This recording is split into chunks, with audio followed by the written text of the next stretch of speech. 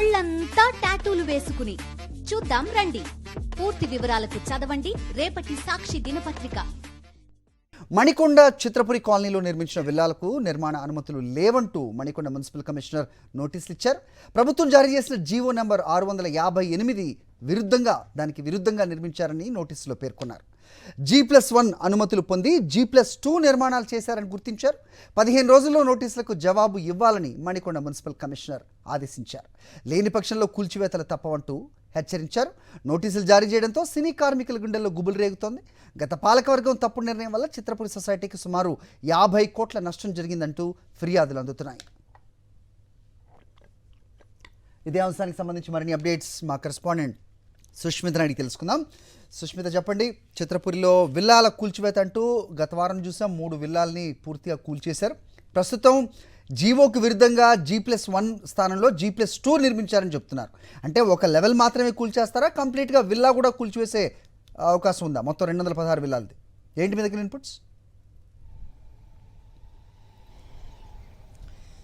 Sir, ఈ ప్రస్తుతం మనం చిత్రపురి కాలనీ వద్ద ఉన్నాము. అయితే మనం చూసుకుంటే ఏదైతే ఇక్కడ కనిపిస్తున్నాయో అదే విల్లాలకు సంబంధించి ఇప్పుడు మణికొండ మున్సిపల్ కమిషనర్ కూడా నోటీసులు ఇచ్చారు. అయితే ఇక్కడ ఏదైతే జీవో 658 ఉందో దానికి విరుద్ధంగా కూడా ఇక్కడ నిర్మాణాలు చేపట్టారు. HMD నుంచి అనుమతులు లేకుండా ఇక్కడ విల్లాలను నిర్మించినట్టుగా కూడా తెలుస్తుంది. పూర్తిగా 225 రో హౌసెస్ కి సంబంధించి కూడా ఇక్కడ చాలా బిల్డింగ్స్ కూడా మనకు కనిపిస్తూ ఉన్నాయి. సినీ వాళ్ళకి సంబంధించి కార్మికులు చాలా మంది కూడా ఇక్కడ ఇల్లు కొనుగోలు చేశారు. గత కొంతకాలంగా కూడా ఇక్కడ అవకతవకలకు పాల్పడ్డారు. గత పాలక వర్గం ఏదైతే ఉందో 50 కోట్ల రూపాయల నష్టం కూడా దీని ద్వారా జరిగిందని కూడా చెప్తూ ఉన్నారు. అయితే G+1 కి అనుమతులు ఇవ్వగా G+2 కి చాలా మంది కట్టుకున్నారని కూడా చెప్తున్నారు. పూర్తిగా కొన్ని కన్స్ట్రక్షన్ లో ఉన్నాయి.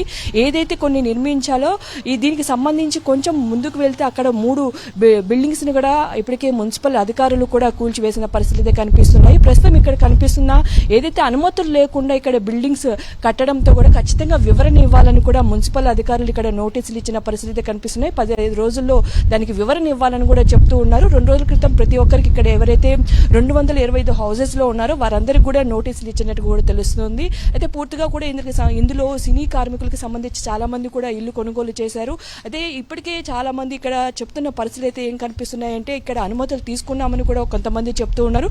కాకపోతే ఇప్పటికే మున్సిపల్ అధికారులు చెప్తున్న వివరణ ప్రకారం చూసుకుంటే ఇక్కడ HMDAకి సంబంధించి ఎటువంటి అనుమతులు లేకుండా ఇక్కడ బిల్డింగ్స్ కడుతూ ఉన్నారు. చాలా వరకు ఇక్కడ ఉన్న వాళ్ళకి కూడా అనుమతులు లేవని చెప్తూ ఉన్నారు. అయితే 225 రో హౌసెస్ కి సంబంధించి ఇప్పటికే హరి అంటే పూర్తిగా అనుమతులు లేవంటున్నారా, లేకపోతే జీవోకి విరుద్ధంగా కట్టిన G2 లెవెల్ ఏదైతే ఉందో అది మాత్రమే కూల్చేస్తా అంటున్నారు? అంటే వాళ్ళు ఇచ్చిన నోటీసులు కానీ లేకపోతే పర్మిషన్స్ ఉన్నాయి అంటున్నా అక్కడున్న విల్లాలో నివాసం ఉంటున్న వాళ్ళ దగ్గర నుంచి కానీ ఏదైనా రిటర్న్ డిక్లరేషన్స్ ఏమన్నా ఉన్నాయా? అది ఏమన్నా చూడడం జరిగిందా? అవకాశం దొరికిందా మీకు?